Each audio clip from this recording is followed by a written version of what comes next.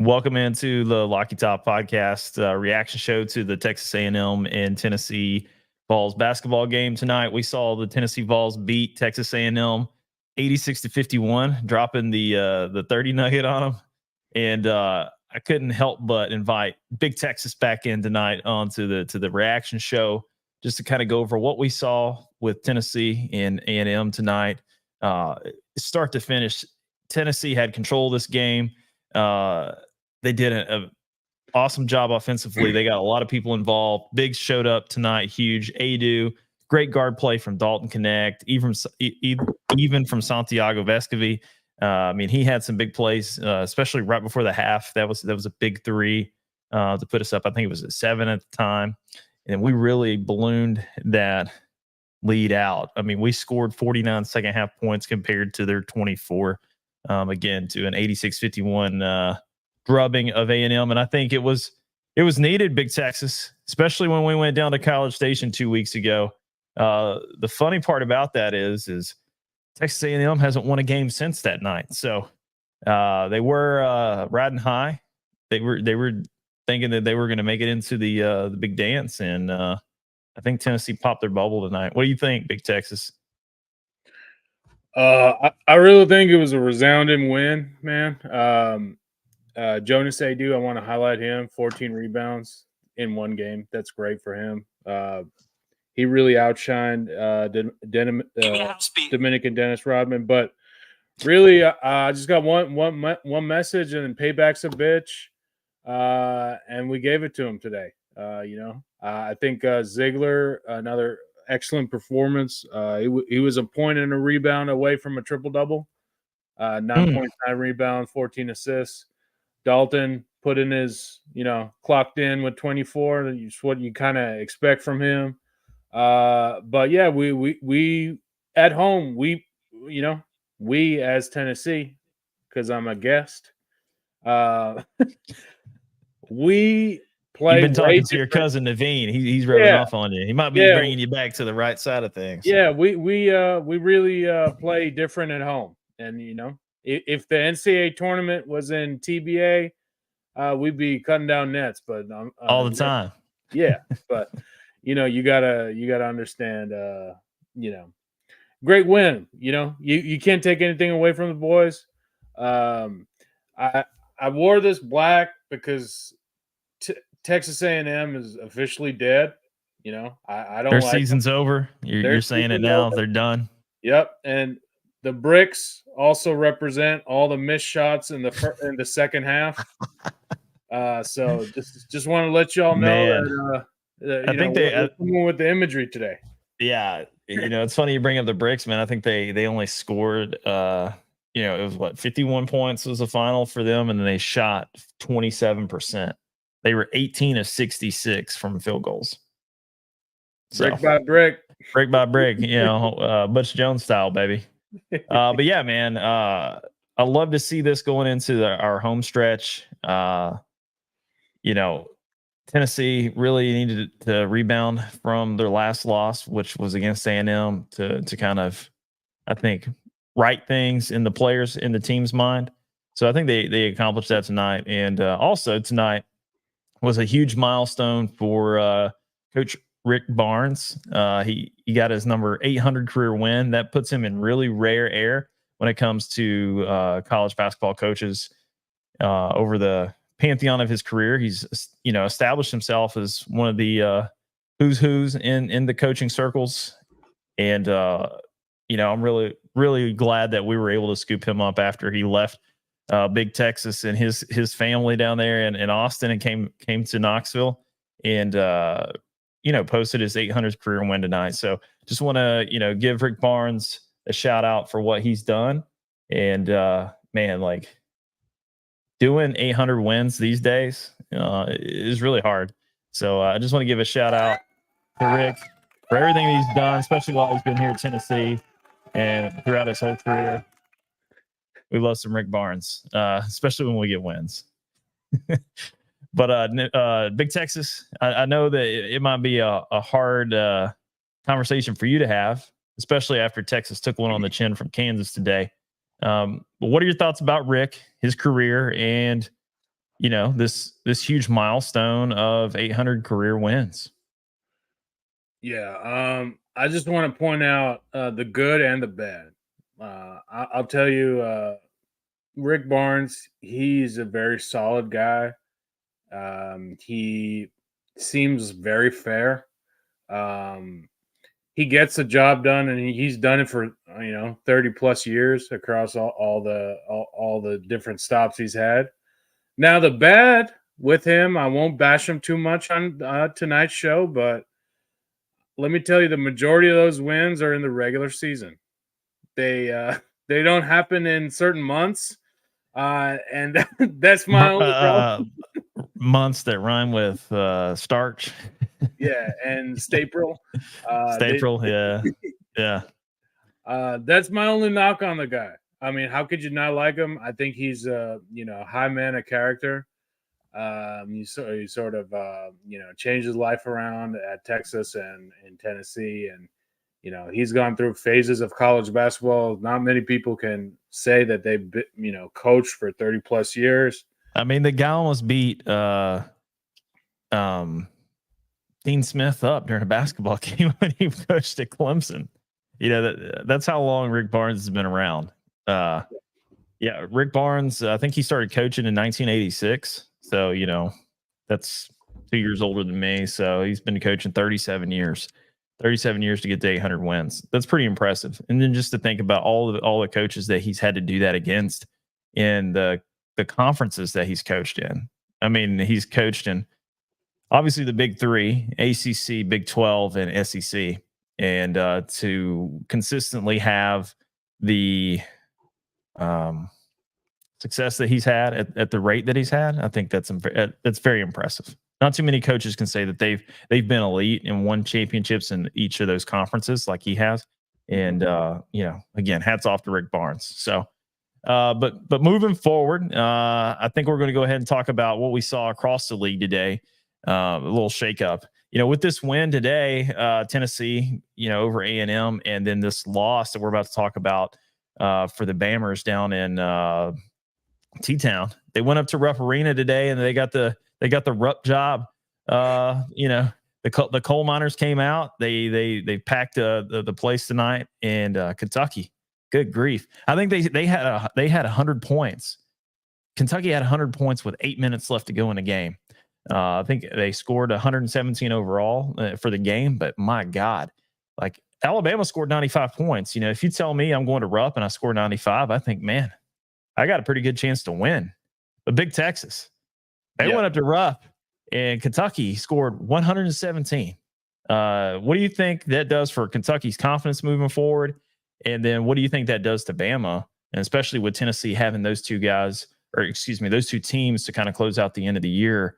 It's kind of an inverse of when we caught those two teams at the beginning. Kentucky was kind of riding a high when we deflated them, and then Alabama was kind of low, and then they've come back up, and now it's like with this loss that Kentucky just gave Alabama, maybe does it turn back down for Bama and bring Kentucky's stock back up? What are your thoughts on that?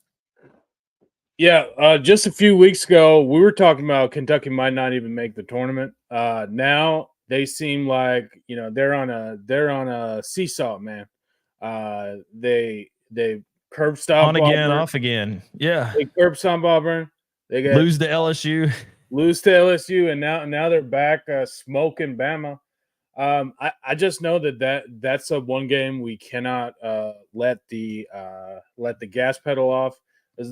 Those boys can shoot. I'm looking at the stats right now. They were 64% from the field, 55% from three, and really anything they wanted went in. And it wasn't Dillingham. He had 16 points off the bench. It's probably Reeves, right? Reeves and Edwards. So it seems like Edwards is back. So I think that was a guy that didn't really play or didn't play much versus us. So we got to be mindful of him. I think what you were suggesting with the lead-in was, maybe Bama's not the people to worry about anymore. Maybe we got to focus back and, get the shovel and go back to the mines. The pickaxe. Yeah.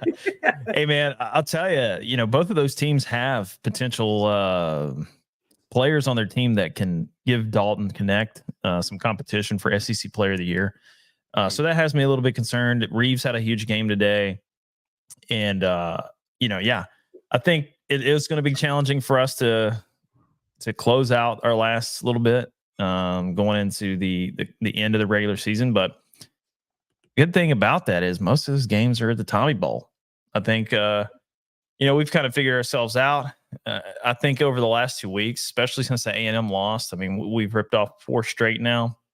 Now, I know it's not been, great competition, and we stunk it up against Missouri offensively, but holistically, I like really what I'm seeing from, our bigs. Tobe Awaka and Adu had a great game tonight, and then Dalton just did Dalton things. But man, Zakai Ziegler, looking good. So, this Kentucky beating Bama had a lot of effect on where we sit currently, and then giving us, the first place spot in the SEC standings right now. But,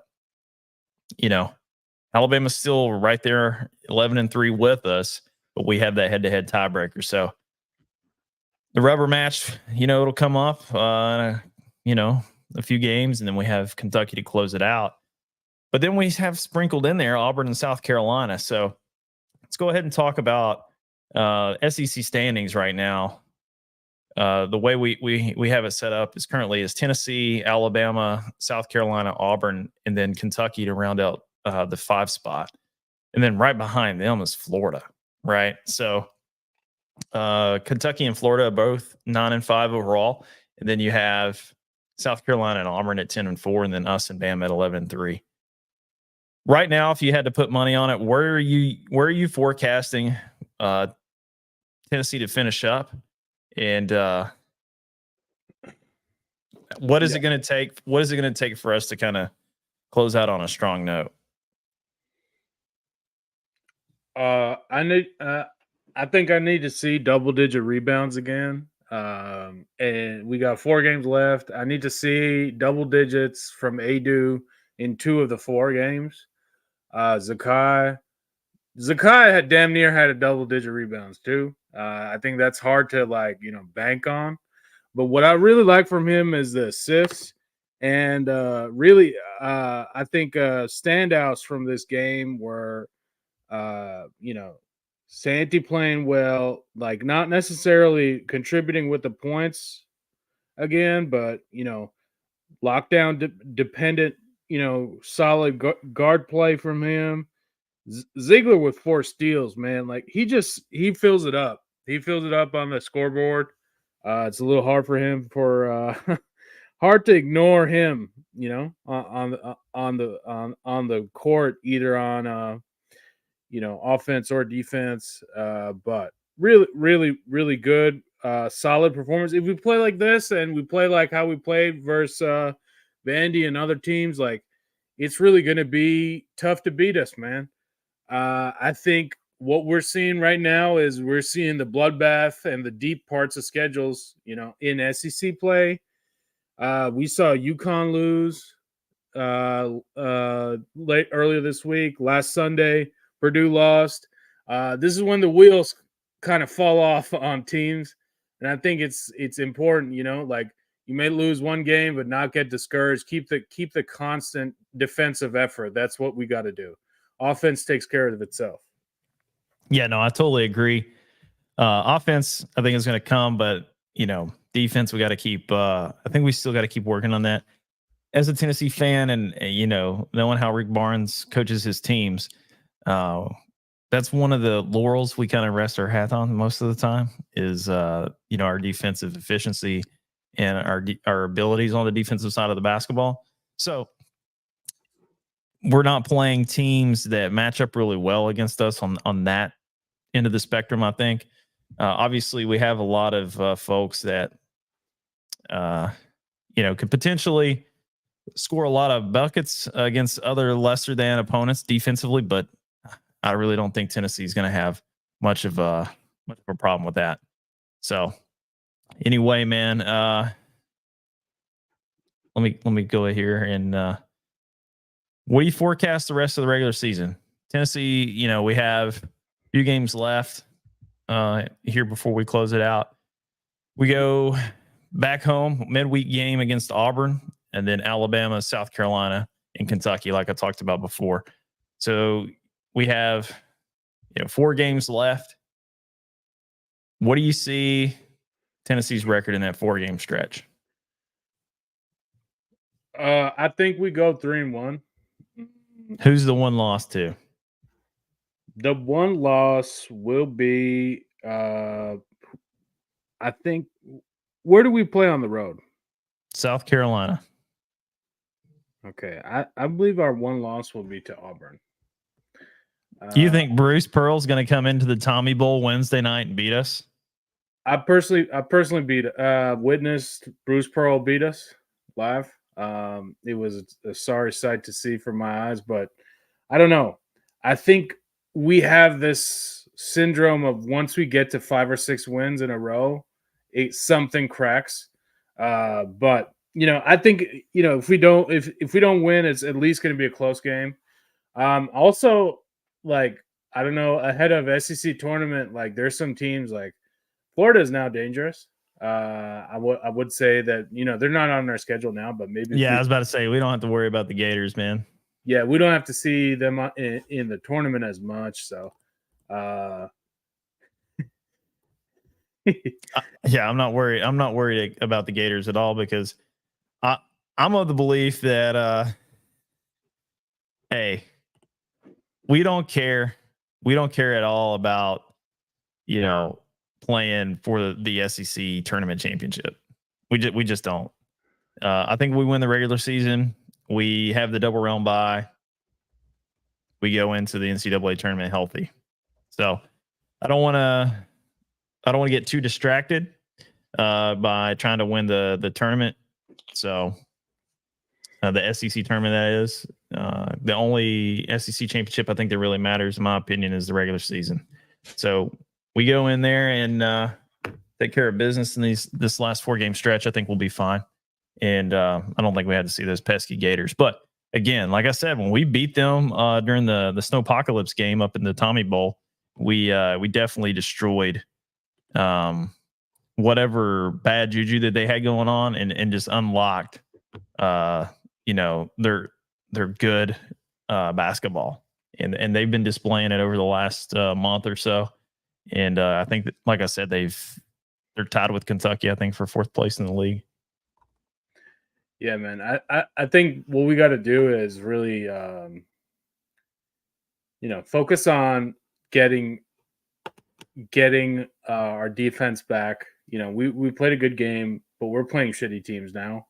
We have a 4-game stretch in a row where we really have to lock in. So it's really about locking in for those teams.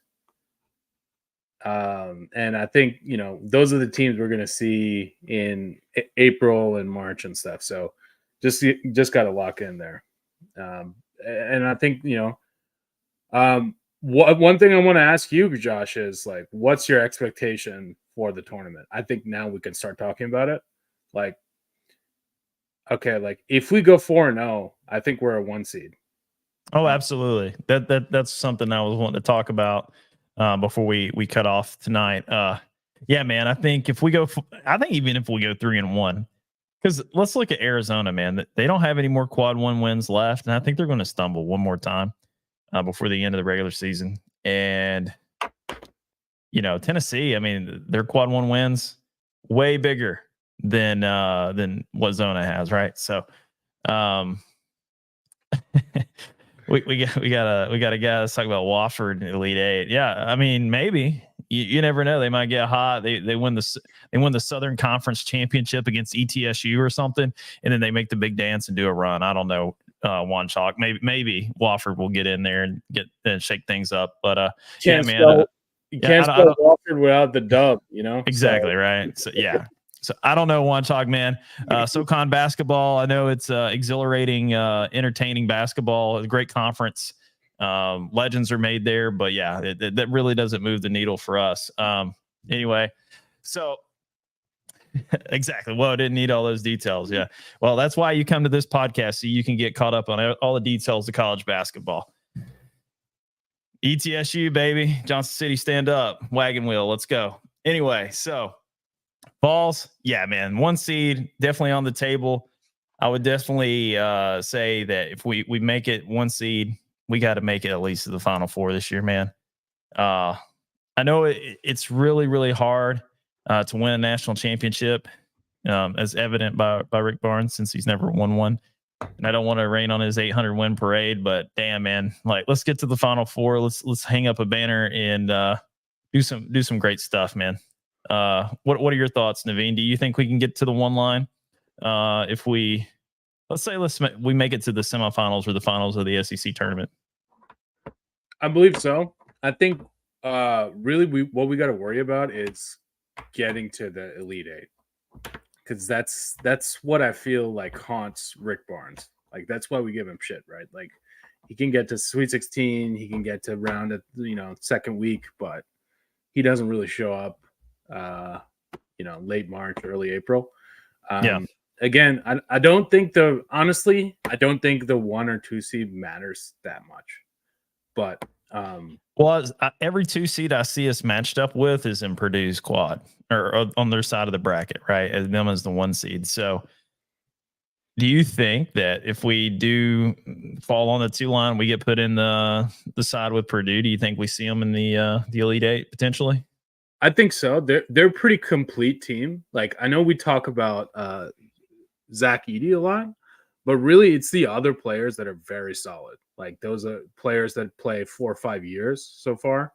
I think number 55. I think Lance Jones or something like that. Yeah, that sounds right. And also Lawyer. Anybody out of the state of Indiana don't know shit about Purdue anyway, so it doesn't matter. They have the critical aspects of a Final Four team. They have, the white guy that's good at 3-pointers and defense that will hit his free throws. The Klein reincarnation. Yeah. They have defensive minded team as well. They're pretty well rounded. Yes, I do have bricks at my house. They were just installed. Levine, Big Texas. They were shipped in from College Station. Yeah, there you go. But like I think that's really what's interesting about Purdue is that everybody talks about Edey, but it's the whole team that comes through. Like I think it's Matt Painter.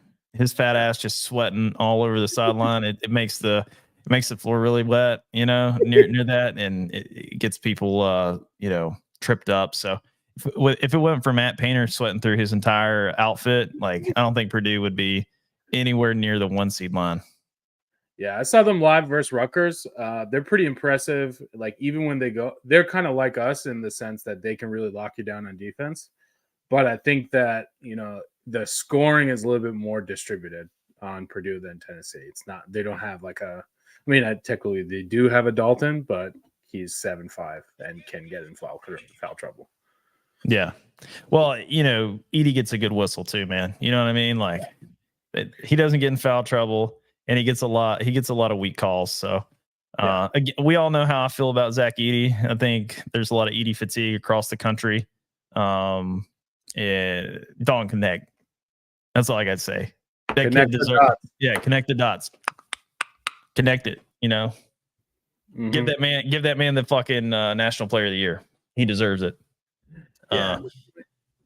But we got a few listeners in here tonight.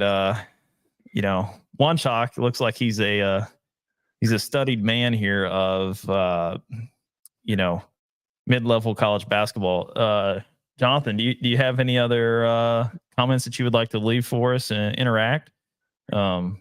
You've been our most interactive viewer thus far tonight, so I want to give you an opportunity to.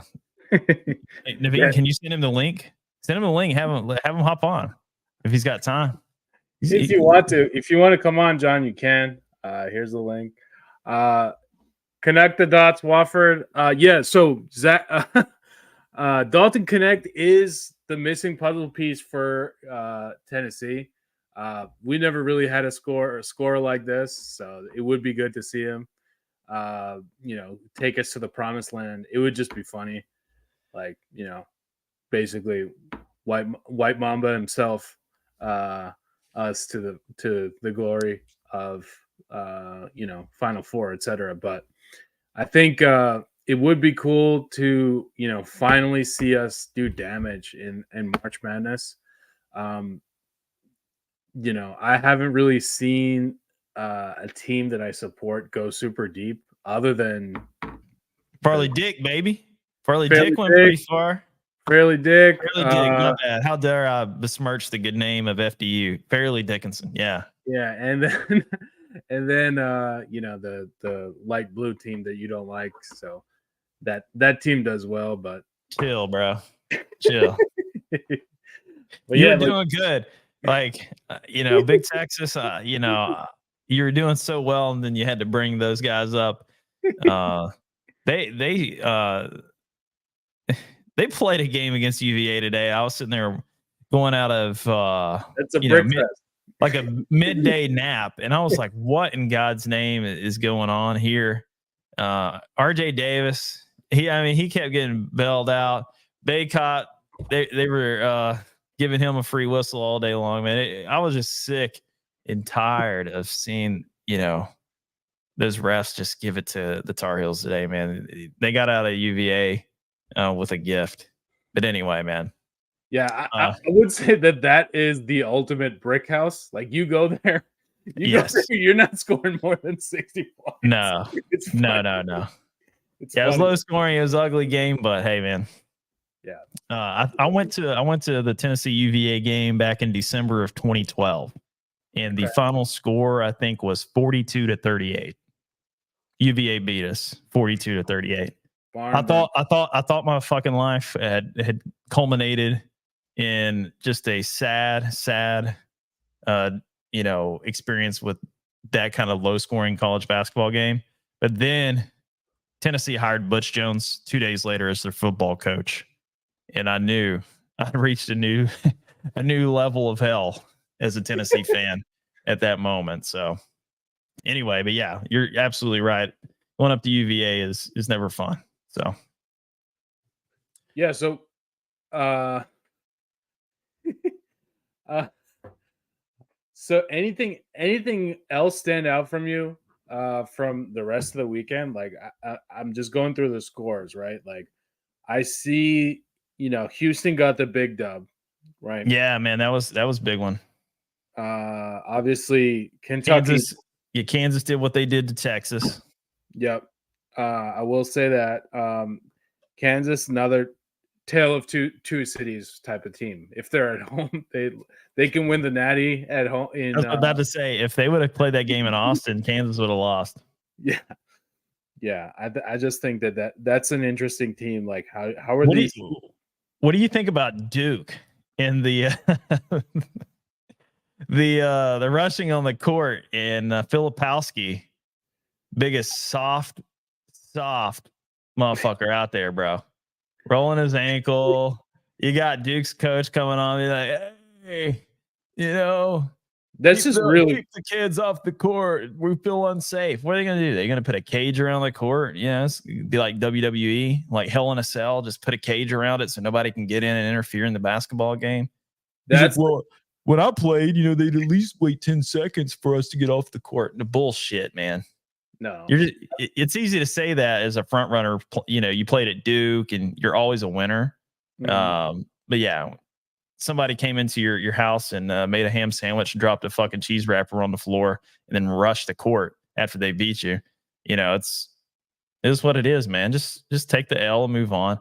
But I find it kind of interesting. Like, it almost looks like athletes are starting to try to find the pub or the, you know, negative interaction with a fan, because you look at Filipowski doing that today, then you look at Caitlin Clark, she did that a couple weeks ago. Do you think there's any similarities there? Do you think that, you know? I think ultimately in this world we live in, right? It's clicks, impressions, engagement environment, right? You're just looking for things that make you go viral. Obviously, like, you know, you can antagonize the fans, but like, nobody's intentionally trying to get themselves hurt. But at the same time, like, you know, how many times has this probably happened in other smaller like games where someone rushes the court and interacts with a player? It's not as big of a deal. And it kind of takes the joy away from, you know, just being a crazy, stupid fan and being super happy. Like, Sure.